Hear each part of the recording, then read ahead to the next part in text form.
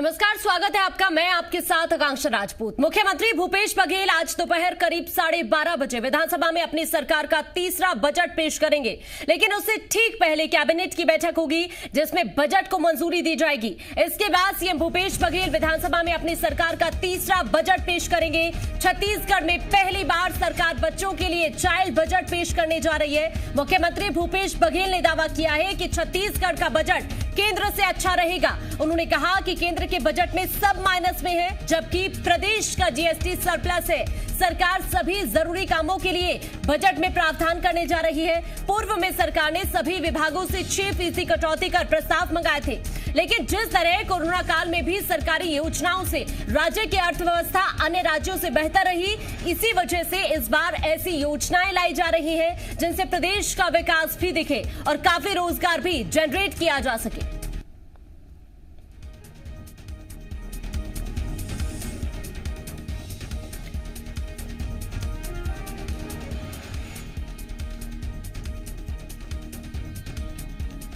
Budget में corona का side effect भी दिख सकता है। 20 सालों के इतिहास में पहली मर्तबा बजट में बढ़ोतरी नहीं होगी।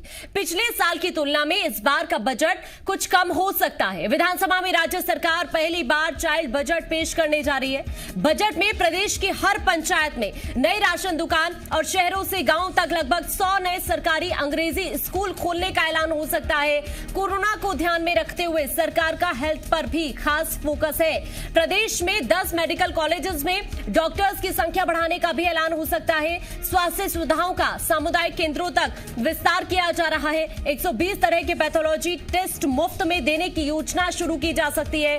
सड़कों का जाल बिछाने के लिए भी राशि का प्रावधान बजट में किया जाएगा। इस बार बड़े राजकीय राजमार्ग के बजाय गांव में सड़क संपर्क योजना शुरू की जा रही है। सरकार छोटी सिंचाई योजनाओं को प्राथमिकता दे रही है और इसके लिए बजट में प्रावधान किए जाएंगे। वहीं बोधघाट परियोजना के लिए भी बजट में प्रावधान हो सकता है। छत्तीसगढ़ में फिल्म विकास निगम और फिल्म सिटी के विकास के लिए भी बजट में ऐलान संभव हो सकता है। पर्यटन और संस्कृति को विकसित करने के लिए मैनपाट और सिरपुर के विकास को लेकर सरकार बजट में बड़ा ऐलान कर सकती है। आज पेश करेंगे सीएम भूपेश बघेल बजट, और ये हम आपको बता रहे थे कि आखिर कैसा हो सकता है छत्तीसगढ़ का बजट, क्योंकि उम्मीदें जनता को भरपूर है और इन उम्मीदों को क्या भूपेश सरकार पूरा करती है या किस तरह से पूरा करती है, आज हर किसी की नजर इसी पर है। लेकिन बड़ी बात यह है कि पहली बार चाइल्ड बजट पेश होगा और कोरोना का कितना असर इस बजट पर दिखेगा, यह भी खुद में बड़ा सवाल है। तीसरा बजट होगा ये भूपेश सरकार का। आम जनता को सरकार के बजट से काफी उम्मीदें हैं। हर वर्ग उम्मीद लगाए हुए बैठा हुआ है, लेकिन पहली बार चाइल्ड बजट पेश किया जाएगा जो खुद में काफी अहम है। 12:30 बजे विधानसभा में अपनी सरकार का तीसरा बजट पेश करेंगे मुख्यमंत्री भूपेश बघेल, लेकिन उससे ठीक पहले एक कैबिनेट की बैठक भी होनी है जिसमें बजट को मंजूरी दी जाएगी। इसके बाद सीएम भूपेश बघेल विधानसभा में अपनी सरकार का तीसरा बजट पेश करेंगे और छत्तीसगढ़ में पहली बार सरकार बच्चों के लिए चाइल्ड बजट पेश करने जा रही है। मुख्यमंत्री भूपेश बघेल की तरफ से यह दावा भी किया गया है कि छत्तीसगढ़ का बजट केंद्र से अच्छा रहेगा। उन्होंने कहा कि केंद्र के बजट में सब माइनस में है, जबकि प्रदेश का जीएसटी सरप्लस है। सरकार सभी जरूरी कामों के लिए बजट में प्रावधान करने जा रही है, ये उनकी तरफ से कहा गया। पूर्व में सरकार ने सभी विभागों से 6% कटौती कर प्रस्ताव मंगाए थे, लेकिन जिस तरह कोरोना काल में भी सरकारी योजनाओं से राज्य की अर्थव्यवस्था अन्य राज्यों से बेहतर रही, इसी वजह से इस बार ऐसी योजनाएं लाई जा रही हैं जिनसे प्रदेश का विकास भी दिखे और काफी रोजगार भी जनरेट किया जा सके। अब ऐसे में हर वर्ग सरकार से उम्मीद लगाए हुए बैठा है, लेकिन उन उम्मीदों को किस तरह से पूरा करते हैं सीएम भूपेश बघेल, ये भी देखना होगा। लेकिन 20 सालों के इतिहास में पहली बार बजट में बढ़ोतरी नहीं हो रही है। पिछले साल की तुलना में कम बजट हो सकता है। इस बार राज्य सरकार पहली बार चाइल्ड बजट पेश करेगी। हम आपको बता रहे हैं कि कैसा होगा छत्तीसगढ़ का बजट। प्रदेश की हर पंचायत में नई राशन दुकान खोलने का ऐलान भी संभव है। 100 नए सरकारी अंग्रेजी स्कूल खोलने का ऐलान संभव माना जा रहा है और साथ ही 6 नए कॉलेज खोलने का भी ऐलान हो सकता है। एजुकेशन हो, इंफ्रास्ट्रक्चर हो, हेल्थ हो, रोजगार हो, इन तमाम चीजों पर सरकार का फोकस रहने वाला है। लेकिन आज जब बजट पेश करेगी छत्तीसगढ़ सरकार, तो हर किसी की नजर कि कितनी उम्मीदों को पूरा किया जाता है और कैसे पूरा किया जाता है। क्या वाकई सभी वर्ग जो उम्मीद लगाए हुए बैठे हैं उनकी उम्मीदें पूरी होंगी? क्योंकि भूपेश सरकार की तरफ से तो यही कहा गया है कि दरअसल हर वर्ग की उम्मीद हम पूरी करेंगे। अब आपको हम ये बताते हैं कि उम्मीदें देखिए क्या क्या है। खाद और बीजों को सस्ता और कृषि उपकरण में सब्सिडी हो, फसलों का उचित दाम समय पर मिले, ये तमाम उम्मीदें लोग लगाए हुए बैठे हैं इस बजट से। हर जिले में फूड प्रोसेसिंग प्लांट बने, ये भी उम्मीद है लोगों को। पेट्रोल डीजल पर वैट में कटौती हो, क्योंकि लगातार पेट्रोल डीजल की कीमत बढ़ रही है, थोड़ी राहत मिले जनता को। स्कूल कॉलेज की फीस पर मनमानी पर रोक लगाई जाए, आसानी से स्टार्टअप लोन मिल सके, ये तमाम उम्मीदें जो लोग लगाकर बैठे हुए इस बजट से। हर जिले में स्किल और ट्रेनिंग सेंटर्स खुले, युवाओं को रोजगार की गारंटी दी जाए और साथ ही बस्तर समेत दूरस्थ इलाकों में स्वास्थ्य सुविधाएं बेहतर हो, इस पर भी फोकस हो सरकार का। आदिवासी इलाकों में बेहतर हो transportation system, ease of doing के साथ ईज ऑफ स्टार्टिंग बिजनेस पर भी फोकस हो, साथ ही जो नए कारोबार है उनको बढ़ावा देने के लिए सब्सिडी हो। जीएसटी में राज्य सरकार थोड़ी राहत जरूर दे, ये लोग मांग कर रहे हैं, ये उम्मीदें हैं लोगों को। महिला सुरक्षा, स्व सहायता समूह को सशक्त किया जाए।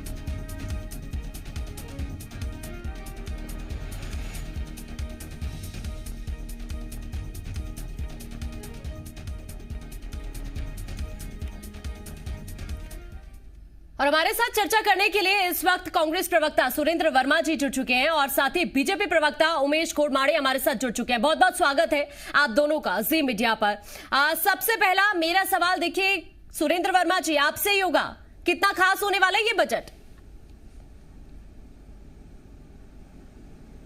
निश्चित रूप से आकांक्षा जी, जिस प्रकार से पूरा देश और पूरी दुनिया कोरोना महामारी के संकट से के दौर से गुजरा है, ये बजट इसलिए भी खास हो जाता है कि रोजगार के जहाँ तक देश में बेरोजगारी की स्थिति है उसकी तुलना में, और जो व्यापार व्यवसाय की हम बात करें तो छत्तीसगढ़ की अर्थव्यवस्था लगातार लॉकडाउन के दौरान भी हमने देखा कि देश के बाकी राज्यों की तुलना में बेहतर रही है।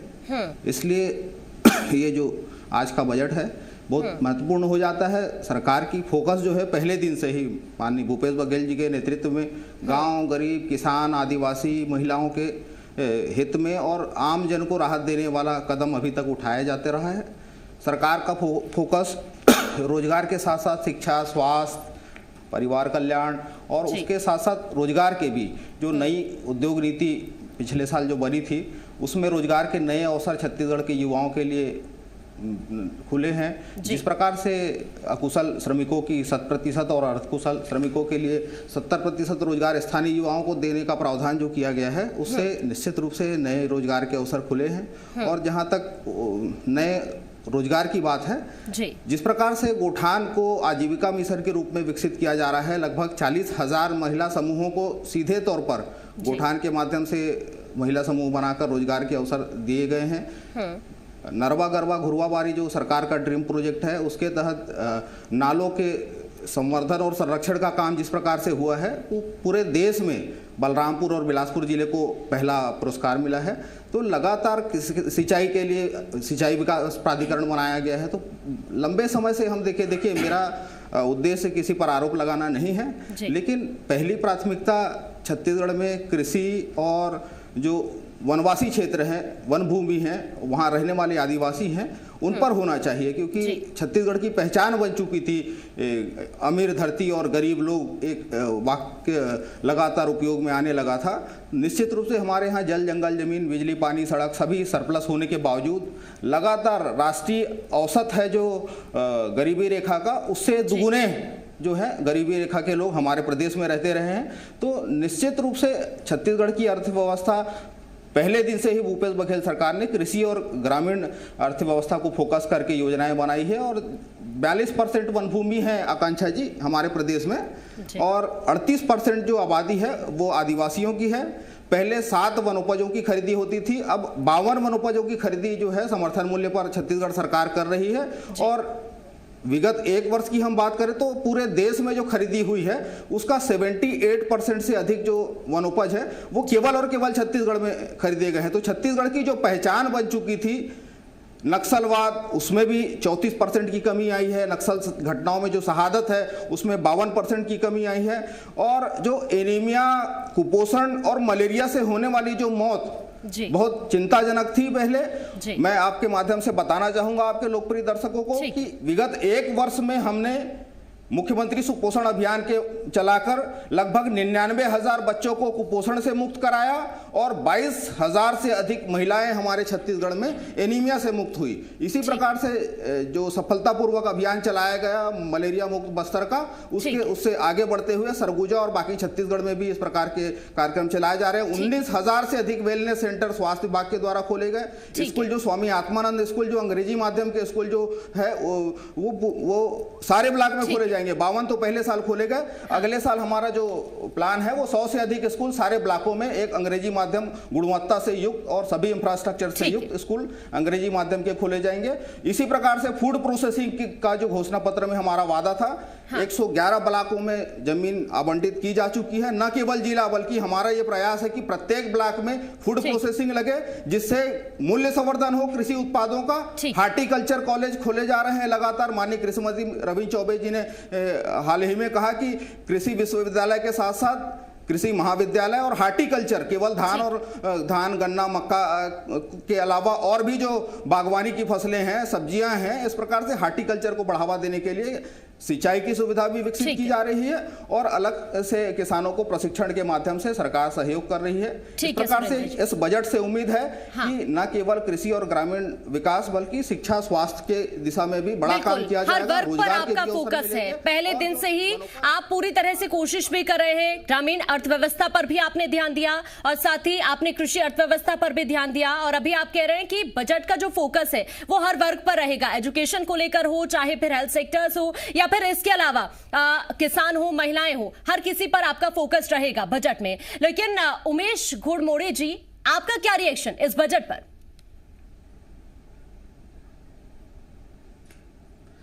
देखिए, बीते 2 बजट को अगर हम देखें तो केवल निराशा और निराशा ही आगे आने वाले बजट में। ऐसा मुझको लगता है कि इस बजट से भी हम बहुत ज़्यादा कोई उम्मीद करना इस प्रदेश की जनता के लिए बेईमानी होगी।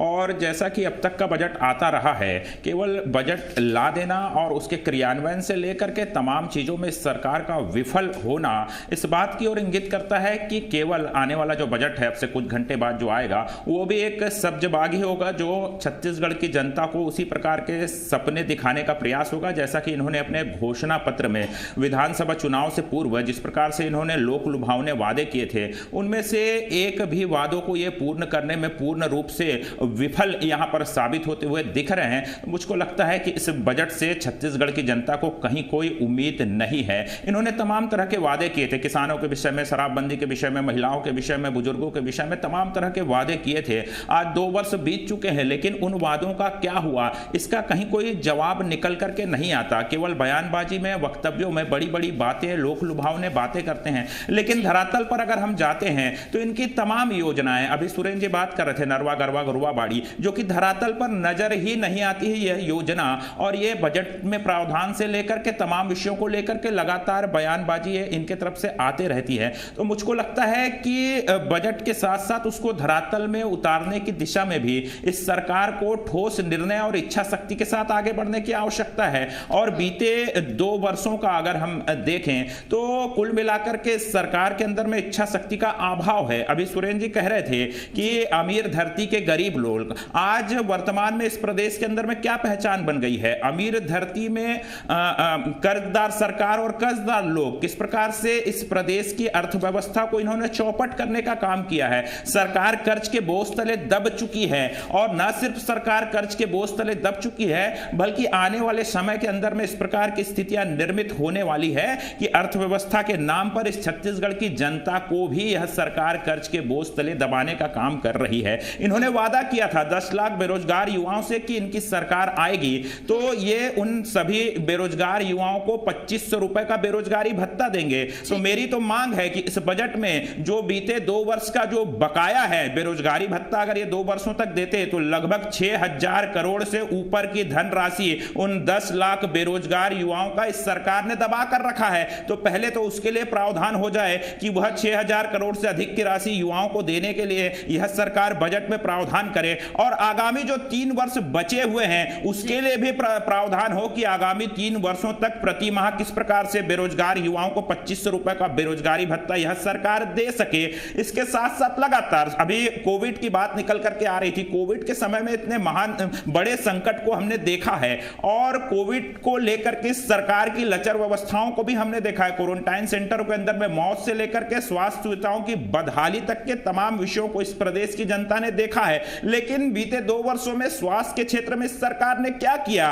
केवल बदहाली देने का काम किया, बल्कि जो महत्वपूर्ण योजनाएं जो चल रही थी, 50,000 रुपए तक के स्मार्ट कार्ड के माध्यम से जो पूर्ववर्ती सरकार डॉक्टर रमन सिंह की सरकार जो 50,000 रुपए तक की जो हेल्थ की सुविधाएं उपलब्ध कराती थी, उसको इस सरकार ने बंद करने का काम किया। केंद्र सरकार की जो आयुष्मान भारत योजना है उसको यहां पर इस प्रदेश के अंदर में इन्होंने लटकाने का काम किया, और इन्होंने वादा किया था कि ये यूनिवर्सल हेल्थ स्कीम लेकर के आएंगे। आज 2 वर्ष बीत गए हैं, स्वास्थ्य के क्षेत्र में कहीं कोई बेहतर व्यवस्था नजर नहीं आती है, और यूनिवर्सल हेल्थ स्कीम जिसके लिए इन्होंने तमाम तरह के भ्रमण भी किए थे, आज वह धरातल पर नजर नहीं आती है। और कोविड को देखते हुए, कोविड के बाद आने वाले समय में स्वास्थ्य की दृष्टि से छत्तीसगढ़ की जनता को किस प्रकार से बेहतर तरीके से स्वास्थ्य सेवाएं उपलब्ध कराई जा सके, मुझको लगता है कि सरकार को बहुत आगे बढ़ चढ़ के और पूरी संवेदनशीलता के साथ इस बजट के अंदर में इन तमाम योजनाओं को लेकर के, स्वास्थ्य सुविधाओं को लेकर के एक बड़े प्रावधान की यहां पर आवश्यकता है। इन्होंने कहा था कि कर्मचारियों को नियमित करेंगे। आज 2 वर्ष बीत गए हैं, लगातार कर्मचारी आंदोलनरत हैं। इनके टीएडीए की बात हुई थी, इनके क्रमोन्नति की बात हुई थी, लेकिन उसमें कहीं कोई सकारात्मक पहल इस सरकार की तरफ से नजर नहीं आती है। तो मेरी तो मांग है कि तमाम अनियमित कर्मचारियों को नियमित करने के साथ साथ नई भर्तियां, आपने कहा था कि हमारी सरकार आते ही हम सरकारी जो नौकरियां हैं 1 लाख नौकरियां उसमें बहाली करेंगे, उसमें रोजगार हम देने का काम करेंगे। उसको लेकर के कहीं कोई बीते 2 वर्षों में नजर नहीं आया, और अभी जो बजट आने वाला है इंतजार हम कर लेते हैं कि आज बजट में क्या कुछ उम्मीदें, जो आप तमाम बातों का जिक्र कर रहे हैं, तमाम योजनाओं का आप जिक्र कर रहे हैं, क्या आज वो पूरी होती है? हम आज थोड़ा इंतजार कर लेते हैं, जैसे बजट पेश होगा तो उसके बाद तस्वीर भी साफ हो जाएगी। आप बने रहिए दोनों हमारे साथ। एक छोटे से ब्रेक का वक्त हो चला है, जल्द हाजिर होते हैं।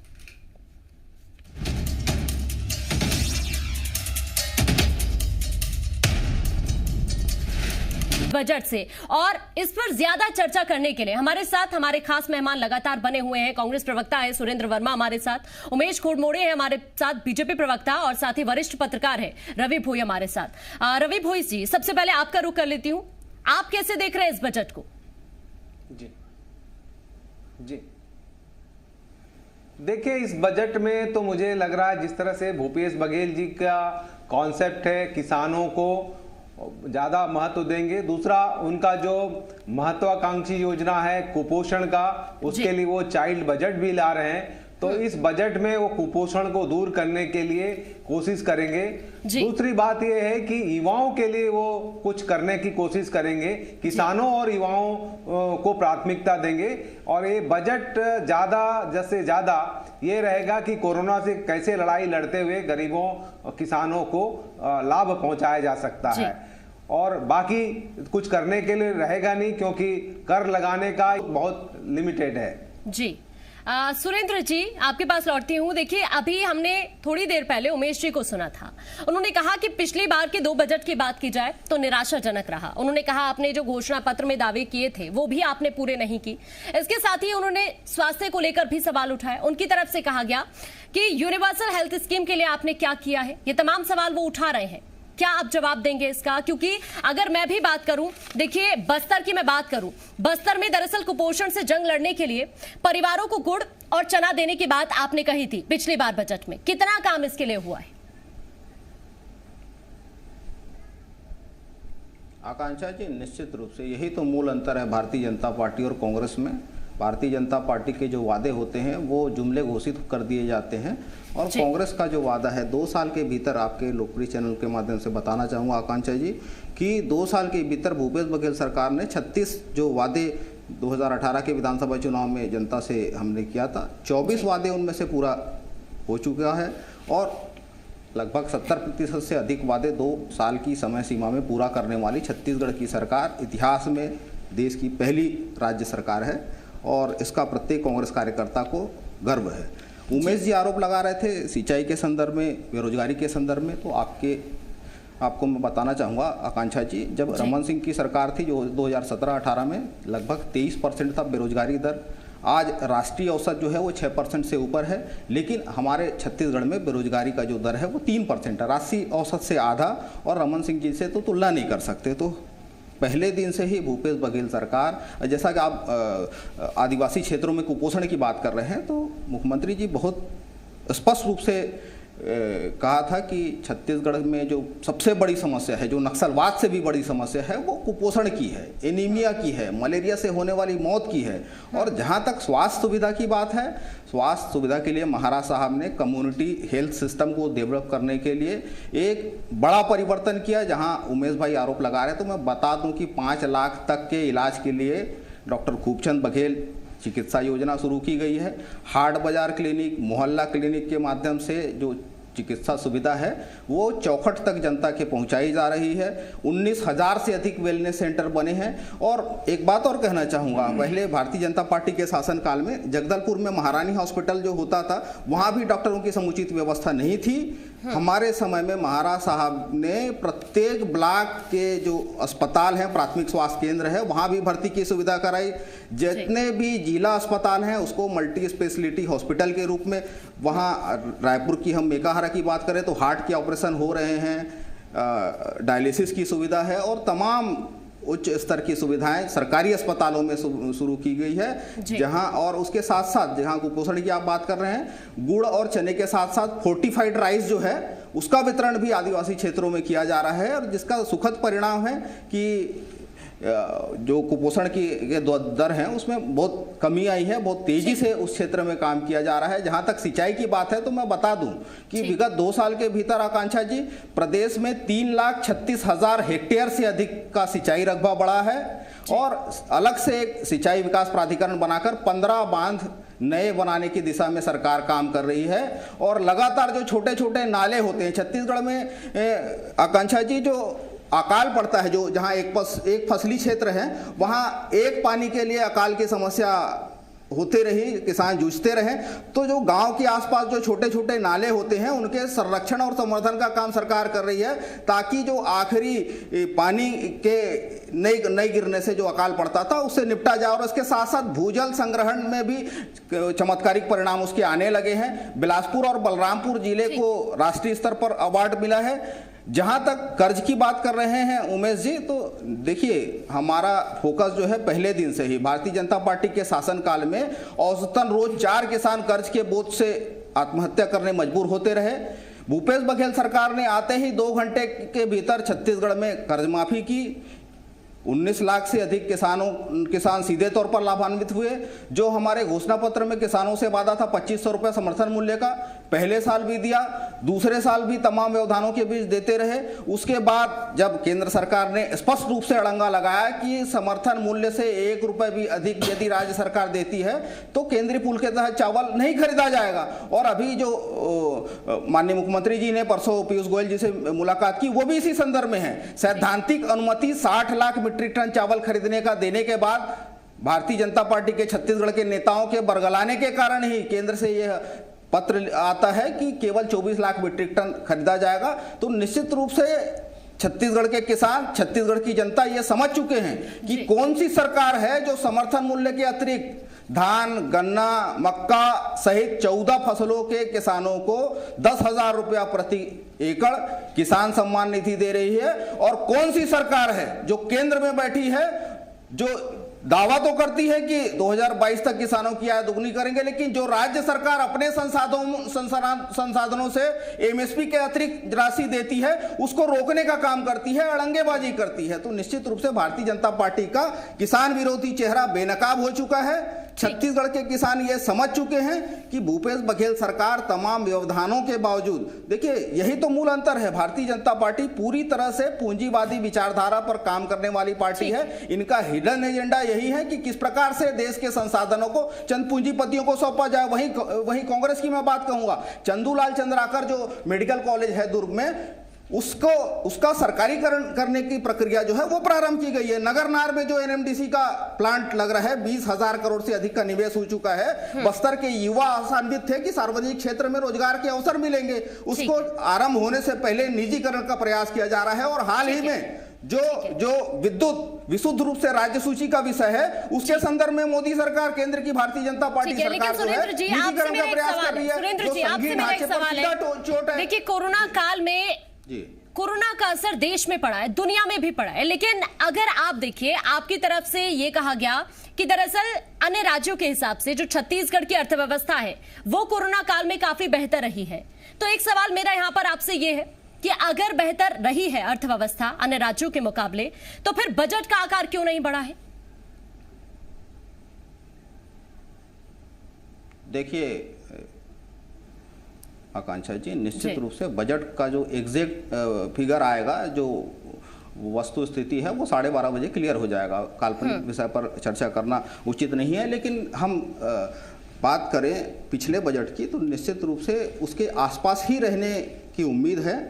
और मूल बात जो है अर्थव्यवस्था की, जहां तक कोरोना काल में आप बात कर रही हैं, तो तमिलनाडु के साथ साथ छत्तीसगढ़ संयुक्त रूप से तमिलनाडु के बाद दूसरे नंबर पर रहा जीएसटी कलेक्शन में। और लॉकडाउन के दौरान भी हमारे जो बड़े उद्योग हैं, माइंस हैं, चाहे स्टील हो, सीमेंट हो, फैक्ट्री हो, उद्योग हो, और माइनिंग का काम छत्तीसगढ़ में लगभग 70% क्षमता के साथ लगातार जारी रहा। और इसी का कारण है आज ऑटोमोबाइल में, जहां पूरे देश में नकारात्मक है स्थिति अर्थव्यवस्था की, हमारे छत्तीसगढ़ में ग्रोथ किया। और उसके साथ साथ 3 मेन सेक्टर होते हैं आकांक्षा जी जो अर्थव्यवस्था के क्षेत्र में। कृषि की मैं बात करूं तो यह प्रमाण है छत्तीसगढ़ के किसान कितने समृद्ध है। जहां राष्ट्रीय विकास दर जो है 3.38% है, ठीक है, वहां छत्तीसगढ़ में कृषि विकास दर 4.61 है, 1.3 का ग्रोथ है। दूसरी बहुत बड़ी बात है, एक चमत्कारिक परिणाम आया है सर्विस सेक्टर में, जहां देश में 8.77%, 8.9% का माइनस है, निगेटिव ग्रोथ है, वहां छत्तीसगढ़ में 0.75% जो है ग्रोथ सेवा के क्षेत्र में दिखाई दे रहा है। तो यह बहुत बड़ी उपलब्धि। इसके साथ साथ प्रति व्यक्ति आय जो है उसमें 5% से अधिक जो है नकारात्मक दिशा में केंद्र सरकार का परिणाम है, वहां छत्तीसगढ़ में नहीं के बराबर लगभग 0.14% कमी आई है। तो ये भी छत्तीसगढ़ के लिए बहुत बड़ी उपलब्धि है। मनरेगा की हम बात करें तो देश में पिछले साल के बजट में 100% खर्च करने वाला छत्तीसगढ़ इकलौता राज्य है। हाँ। वनोपज की खरीदी में नंबर 1 है। तो अनेक क्षेत्रों में छत्तीसगढ़ सरकार ने देश के समक्ष उदाहरण प्रस्तुत किया है। ठीक है, हर क्षेत्र में आपने काम किया है और हर वर्ग पर अभी भी आपका खासा ध्यान है इस बजट में भी, सुरेंद्र जी। लेकिन उमेश जी, आपको ऐसा क्यों लगता है कि ये जो बजट आ रहा है आज, ये उम्मीदों पर खरा नहीं उतरेगा, या फिर जो उम्मीद लगाकर बैठा है हर वर्ग, उनकी उम्मीदें पूरी नहीं होंगी?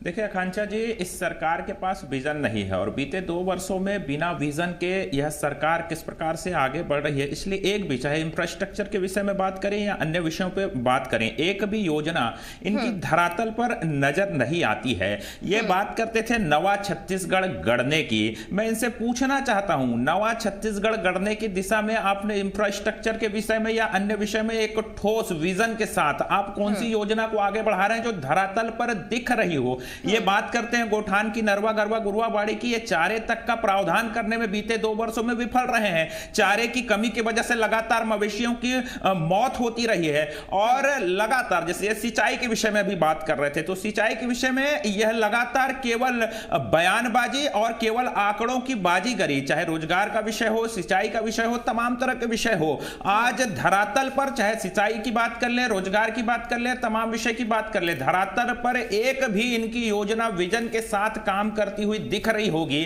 तो मुझको उदाहरण बताते हैं सुरेंद्र वर्मा जी, ये बात करते थे फूड प्रोसेसिंग यूनिट लगाएंगे, सभी ब्लॉकों के अंदर में लगाएंगे। 2 बजट के अंदर में इन्होंने क्या प्रावधान किए मुझको ये बता दें। और धरातल पर आज केवल भूमि आवंटित कर देना कागजों के ऊपर और उसके लिए बजट में प्रावधान ना करना, यह किस प्रकार का बजट है और यह किस प्रकार का सरकार का विजन है? मैं तो इनसे यह पूछना चाहता हूं। और मैं तो स्पष्ट तौर पे कहूंगा कि बीते 2 वर्षों का जो ये सगबा रहा इनकी सरकार का, ये केवल बदलापुर की राजनीति के आधार पर काम कर रहे हैं। और ये बदलापुर मैं इसलिए कह रहा हूं क्योंकि जो योजना स्वास्थ्य के क्षेत्र में बेहतर तरीके से छत्तीसगढ़ के नागरिकों को स्वास्थ्य लाभ पहुंचाने के लिए जो योजना चल रही थी, 50,000 रुपए के स्मार्ट कार्ड के माध्यम से छत्तीसगढ़ के नागरिकों को जो स्वास्थ्य सेवाएं मिलती थी, केवल और केवल राजनीतिक द्वेष के चलते, केवल और केवल डॉक्टर रमन सिंह की सोच के परिणाम के चलते जो स्वास्थ्य लाभ 50,000 तक का मिल रहा था, वह राजनीतिक दुर्भावना के चलते बंद करने का इन्होंने काम किया। 5 लाख रुपए तक का जो केंद्र सरकार से जो स्वास्थ्य लाभ मिलता था, वो भी केवल मोदी जी ने जो योजना चला दी है, राजनीतिक द्वेष के कारण छत्तीसगढ़ की जनता को स्वास्थ्यगत नुकसान पहुंचाने की दृष्टि से इन्होंने उस योजना को बंद किया। केंद्र सरकार का लक्ष्य था 2022 तक छत्तीसगढ़ के अंदर में 10 लाख से ऊपर आवास बनाने का और सबका आवास हो सके, उस लक्ष्य के साथ लगातार बीती सरकार काम कर रही थी। आज प्रधानमंत्री आवास योजना को जो 40% राशि जो दी जानी है राज्य सरकार की तरफ से, उसको लटकाने का काम यह भूपेश बघेल की सरकार करती है। यह बात करते हैं लगातार किसानों की, किसानों के विषय में पूर्ण रूप से विफल हो चुके हैं। ये बजट में लगातार बात करते रहे हैं और ये कहते रहे हैं कि हम किसानों को 2500 रुपए समर्थन मूल्य देंगे। अरे भैया, आप राजीव गांधी न्याय योजना के नाम पर किस्तों में क्यों भुगतान कर रहे हैं? पिछले वर्ष का भुगतान क्यों अब तक बकाया है? अभी इस वर्ष के भुगतान कब तक होंगे उसका कहीं कोई ठिकाना नहीं है। यदि आप वाकई में किसान हितैषी हैं तो बड़ा दिल करिए, अभी के बजट में प्रावधान करिए, राजीव गांधी न्याय योजना के तहत जो आप भुगतान कर रहे हैं उसको किस्तों में नहीं, एक मुश्त करने का आप प्रावधान करिए। 2 वर्ष का बोनस बकाया बचा हुआ है, उसको आप कब देंगे? आपने घोषणा किया था कि हम किस्तों में देंगे, लेकिन अब तक उसको लेकर के आपका कहीं कोई योजना नहीं, कहीं कोई विजन नहीं है। यह दर्शाता है कि केवल आप किसान हितैषी होने का ढोंग करते हैं, लेकिन आपकी मंशा नहीं है। यदि आपकी मंशा होती तो आप उन किसान भाइयों का रगबा कम नहीं करते। अब ये किसान भाइयों के आत्महत्या की बात कर रहे थे, 2 वर्षों के अंदर में 250 से अधिक किसानों ने आत्महत्या करने का काम किया है और उससे भी दुर्भाग्यजनक बात है, इस सरकार की असंवेदनशीलता आत्महत्या करने वाले किसानों को मानसिक रोगी बताने से भी बाज नहीं आने वाली। यह सरकार किस हिसाब से अपने आप को किसान हितैषी बताती है? मैं तो इनसे पूछना चाहता हूं, इन्होंने माताओं बहनों से वादा किया था कि इनकी सरकार आएगी तो यह शराबबंदी करेंगे। अब तो बजट आने वाला है, 12:30 के आसपास बजट आ जाएगा, उसमें देखना होगा कि आबकारी से आय की उम्मीद इस सरकार को कितनी है। उसके आधार पर स्पष्ट हो जाएगा कि यह सरकार शराबबंदी की ओर अग्रसर हो रही है या फिर जैसा कि राहुल गांधी जी बिहार में कह रहे थे कि आबकारी की आय जरूरी है, तो यह सरकार आबकारी से आय बढ़ाने की ओर अग्रसर हो रही है। जवाब ले लेंगे सुरेंद्र जी से। उमेश जी, आप बने रहिए हमारे साथ। रवि जी, आपके पास मैं आती हूँ। आपको 5 सेकंड और देंगे मुझको। एक महत्वपूर्ण बात, इनकी एक वादा मैं याद दिला रहा हूं, एक महत्वपूर्ण बात जी।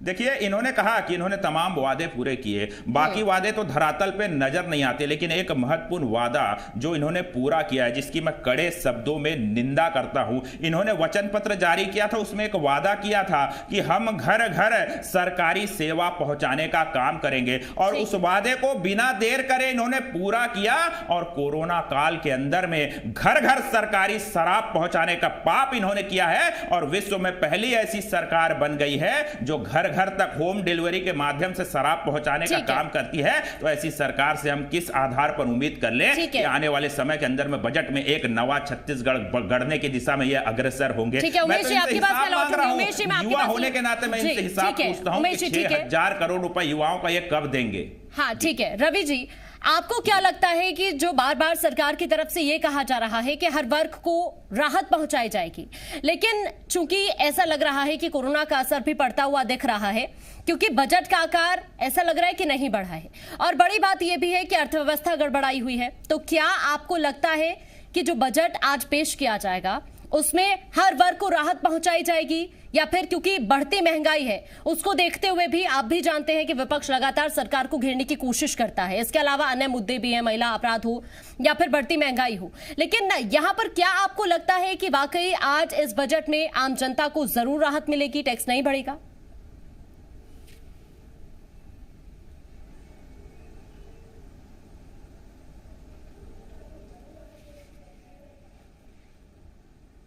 रवि जी, आवाज मिल पा रही है आपको? शायद संपर्क नहीं हो पा रहा है, लेकिन वाकई आज जब बजट पेश किया जाएगा तो हर किसी की नजर है इस बजट पर, क्योंकि हर वर्ग बहुत सारी उम्मीद लगाए हुए बैठा है सरकार से। क्या उनकी उम्मीदें पूरी होती है, ये भी बड़ा सवाल है। आप बने रहिए हमारे साथ। एक छोटे से ब्रेक के लिए रुक रहे हैं, जल्द हाजिर।